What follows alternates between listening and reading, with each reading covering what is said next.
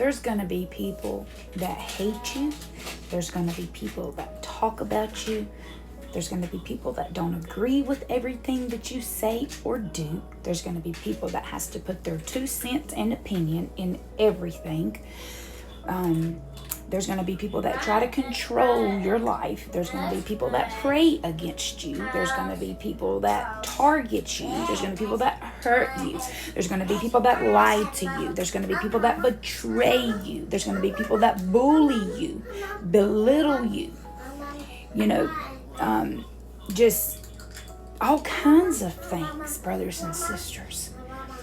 But what you have to remember is, look at what they did to Jesus. That's why he warned us it was going to happen to us too.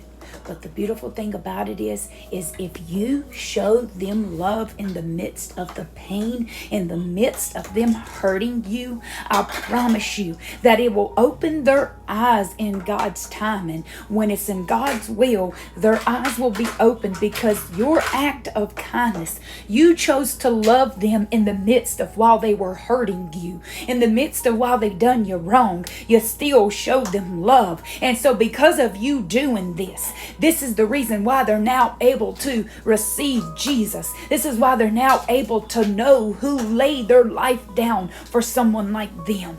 Somebody that did this and did that, and how could you want me? I'm nobody. I'm just a nothing. I'm just a sinner. Just, come on. But we don't do this today. We would rather backlash at people. We would rather be revengeful. We would rather do these things. Why? It's because it's our nature. It's the flesh. But when you learn on this walk with Jesus how to love people, and he will even take even something very bad in your life. Example, I know this is harsh and it hurts a lot of people, and they get soul wounds and trauma from this, and they don't know how to break out of it. But I was molested and raped and fondled with as a little girl for many, many years. People in my family, and it just did a lot of things to me.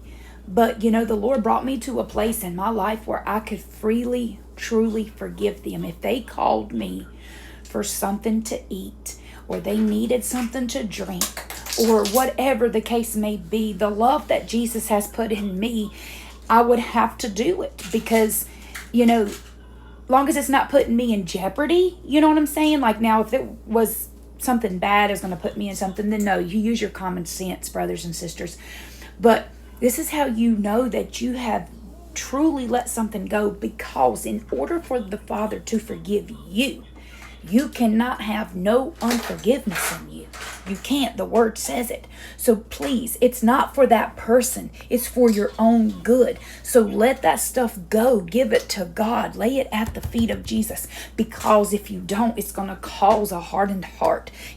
You're going to become a slave to this, and you don't want that.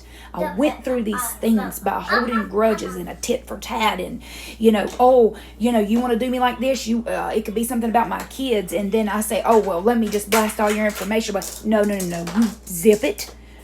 There's no back and forth revenge type deal here. What you do is you take it straight to God. God, you see what's happening. You see this, Lord, but I'm trusting you to fix it, God. I'm trusting you, Lord. You see the way they're doing me. You see the promises that was made that's not been kept. You see the manipulation and bribery that happened here. You see I wasn't in my right state of mind, and I did things that wasn't the best decision to do, maybe, or whatever the case may be. It could be anything, brothers and sisters. This is just an example. But I'm telling you, vengeance is in God's hands. And the goal of this is to bring everybody to Jesus. The Lord does not want man to perish. Like, his goal is for us to all come home together. Do you think he wants to create you and just send you to the lake of fire? No, but it's free will. We have to just be willing to say, you know what? I don't care what I've got to go through, and I'm speaking to myself on some things.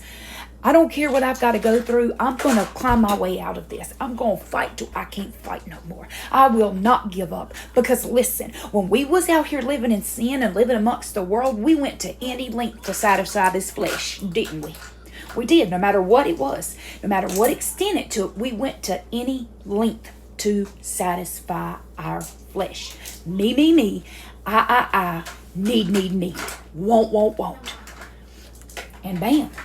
But we have to use that same mentality for Jesus. We have to go all in. We can't have one foot over here and one foot over here. So when we go to God, we need to tell him, Lord, help me. I don't know how to do this, but will you show me? I know I want a better life. I know I want to be more holy. I know I want to do things right. I know I want to, God, but I don't know how. You've been led astray from so many people, you don't know who to believe no more. But you can never, ever think you can do it without the Lord, because I promise you, that is somebody that'll never lead you astray. That is somebody that will always love you. That is somebody that will bring you from the bottom to the top when you don't even deserve it. When you've turned your back on God all your life and he found you in your mess, and then you want to walk around not understanding why not you? Why not you? He loves you. Jesus loves you. I don't care what you've done wrong. He loves you. Please hear me out. Sorry about boo-hooing, but listen. Jesus loves you. There's nothing that you've done or ever going to do that's going to separate that. So please choose Jesus today. Don't knock it until you try it. Don't give up 1 and 2 weeks in. Do this thing every day and prove the devil wrong. When you stand up for what's right, you piss him off. When you come out of agreement with the things that he's telling you, you piss him off. And then the more you stand strong and come out of this, the less he messes with you. He's going to always mess with us. But the more we know how to fight him off, the more quicker you get to notice it, the more alert you are on this, the more fast it's just discernment in general, but God's got you.